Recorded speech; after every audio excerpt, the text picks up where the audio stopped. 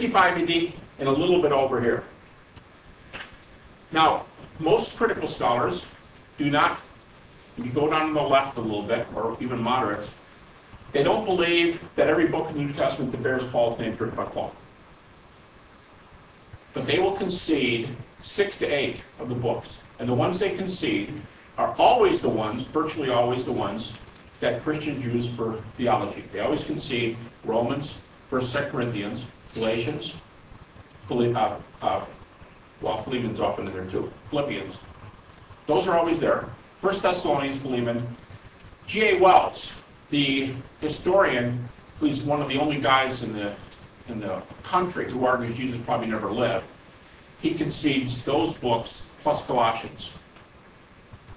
But I'm going to use just 3 chapters tonight from 2 books, okay? And you're almost not going to be able to find a single scholar who disputes the Pauline authorship of these books, in case you think that's a way out. That concede that Paul's author these 2 books. The 2 books are 1 Corinthians and Galatians. The 3 chapters are 1 Corinthians 15, Galatians 1, and Galatians 2. That's all I'm going to use. 1 Corinthians 15 is verses 3 and following, verses 3 to 8, maybe the most discussed verses in the New Testament in the last 30 years. Certainly one of the sets of New Testament verses, one of the most discussed. And Paul says something very, very important that a lot of people, both Christians and non-Christians, overlook. And Paul begins like this. He says, I gave you what I was given. He said, I delivered unto you that which I received. I gave you material that I got. And then he tells you what it is. And he defines the gospel, as per my definition a moment ago. He says, Christ died for our sins according to the Scriptures. And he was buried. And he rose again from the dead, according to the Scriptures. And he appeared. And he gives a list of appearances. Now this is the earliest list of appearances in the New Testament. It's earlier than all of these 4 books. But here's the important thing. For so many of us, these words just don't, they don't stop us, but they should. Paul says, 1 Corinthians 15:3, I gave you what I was given.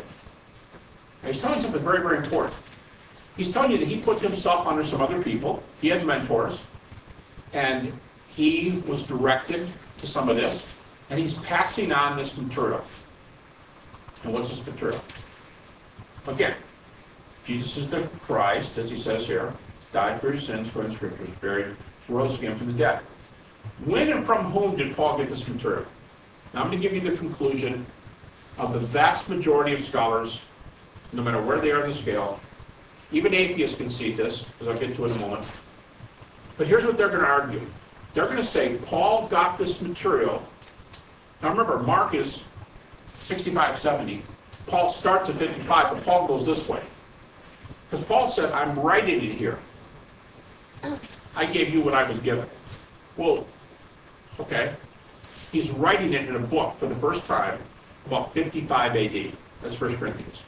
He's writing it about 10 to 15 years before Mark. He's writing the book. But he says in the 2 prior verses before this, he said, when I came to you, I preached the gospel to you. Deity, death, resurrection. I preached the gospel to you. And if you believed it, now the word believe, by the way, is a very strong word. It doesn't mean, yeah, I believe you'd be the best candidate for the U.S. presidency. It means, I'll get on board and work for you. I'll be committed to you.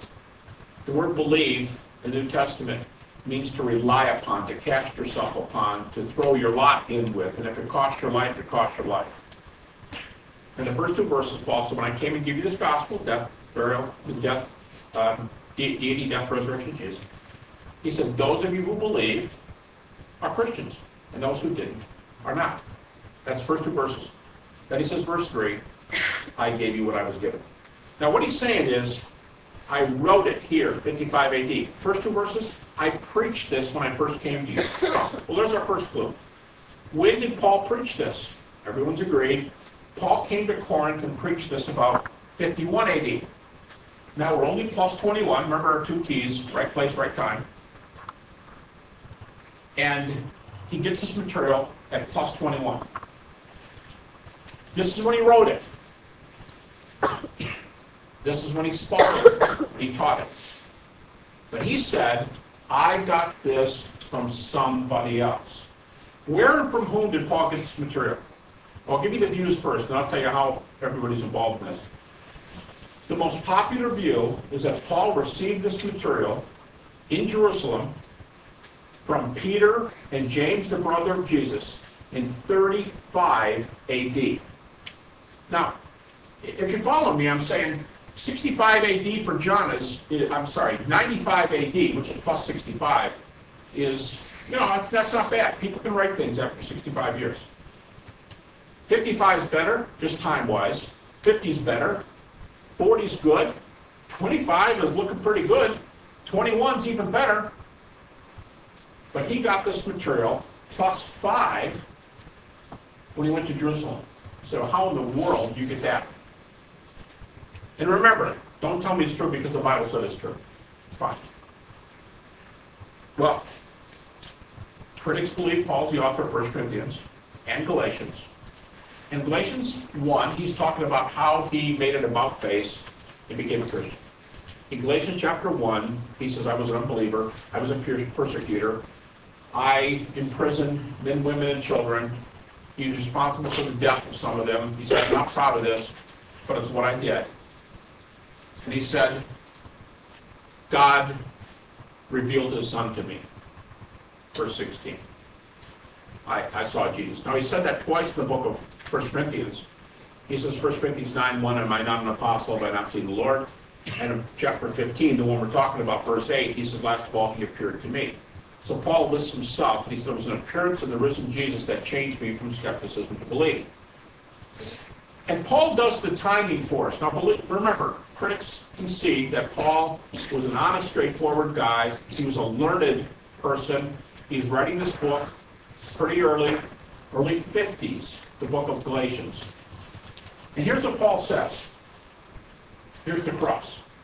When did Paul says, I met the risen Jesus. When? Scholars say 1, 2, 3. So let's just take an average here. Let's say, here's the cross. Paul becomes a Christian about +2. In Galatians chapter 1, he says, I didn't go running up to Jerusalem right away to have everybody tell me what's going on. Because after all, Jesus himself appeared to me. So I don't need to go run up there to get their 2 cents. So I went alone with the Lord. I was out in the desert for 3 years, studying, preparing, letting the Lord teach me. Okay. Cross.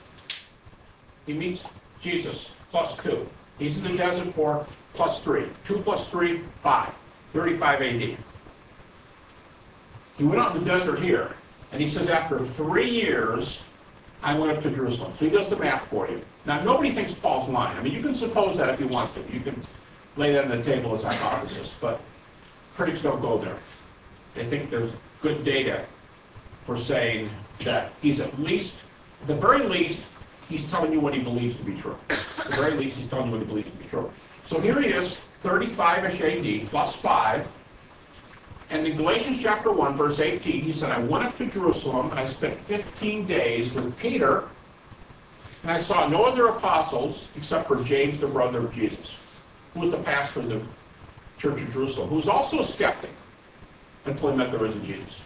And he said, I went up there, and I stayed with these guys for 15 days. I love the comment of C.H. Dodd, a New Testament scholar of the last generation, Cambridge University. And he said, Paul spent 15 days with Peter and James. It's safe to say that they did more than talk about the weather. Now I ask you, if you're Paul, and you're kind of a Johnny-come-lately, and you've been persecuting the church, what do you want to talk to Peter about? I mean, do you want to get up there and say, so, what's your view of the authorship of the Pentateuch? I mean, you want to ask him, and in the context, this is what he does. But you want to ask him about the nature of the gospel. You want to ask him about, hey, here's how Jesus looked to me. What happened to y'all? You know? How'd you come to the Lord? And you talk about the gospel. That's in the context. But there's a neat little word there. Let me put this word in the word. There's a neat little Greek word that we usually slaughter in our translations.